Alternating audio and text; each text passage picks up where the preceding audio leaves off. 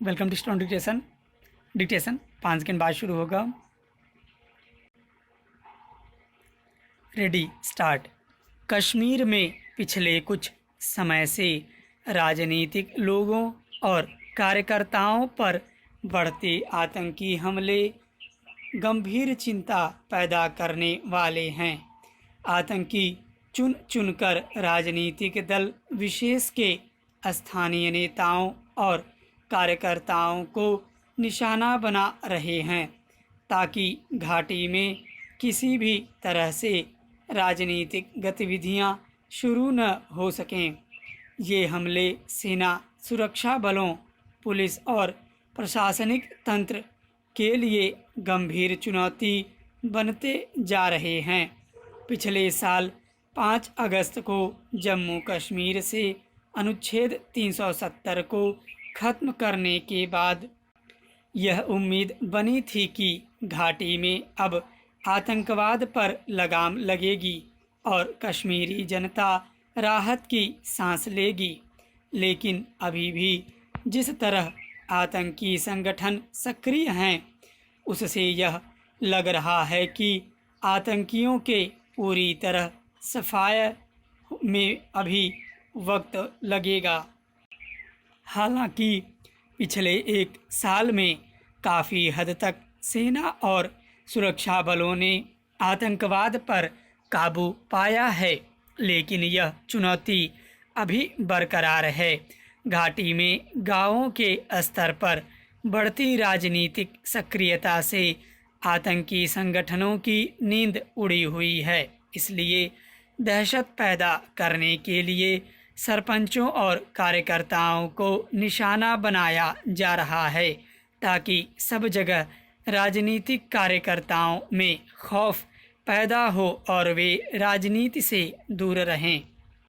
यह कोई छिपी बात नहीं है कि घाटी के ग्रामीण इलाकों में आतंकी संगठनों के नेटवर्क की जड़ें ज़्यादा मजबूत हैं। इसलिए घाटी से आतंकियों का खात्मा सेना और सुरक्षा बलों के लिए बड़ी चुनौती बना हुआ है। इसमें कोई संदेह नहीं कि पाकिस्तान से लगी सीमा पर 24 घंटे की कड़ी निगरानी के कारण पिछले कुछ वर्षों से मुकाबले हाल में पाकिस्तान की ओर से होने वाली घुसपैठ में कमी आई है। ज़्यादातर घुसपैठिए सीमा पर ही ढेर कर दिए जा रहे हैं। इसका असर यह हुआ है कि घाटी में पहले से मौजूद आतंकी संगठनों के हौसले पर पस्त हुए हैं और अब वे हताशा में हमले कर रहे हैं। उन्हें अब ज़्यादा मदद नहीं मिल पा रही है। ऐसे में आतंकी स्थानीय लोगों को डरा धमका ही दहशतगर्दी फैला रहे हैं।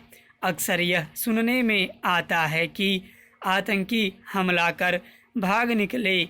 जाहिर है स्थानीय लोगों की मदद से ही कहीं न कहीं पनाह लेते हैं। घाटी में जिस तेज़ी से माहौल बदल रहा है, उसमें अब बहुत बड़ा वर्ग ऐसा है जो आतंकियों के खिलाफ है। जो लोग पनाह देते भी हैं, वे या तो धन के लालच में या फिर मौत के खौफ की वजह से कि कहीं आतंकी उन्हें मार न डालें।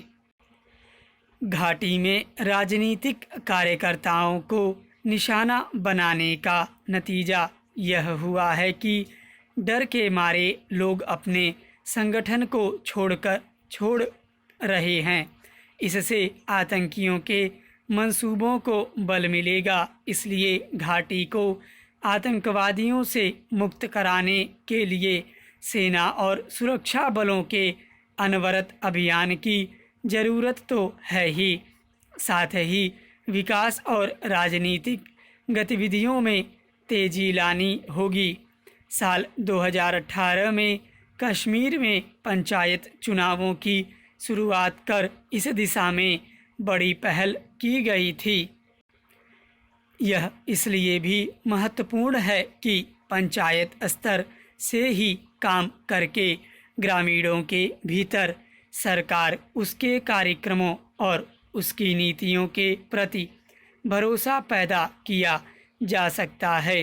ग्रामीण इलाकों की सुरक्षा भी बड़ा मुद्दा है।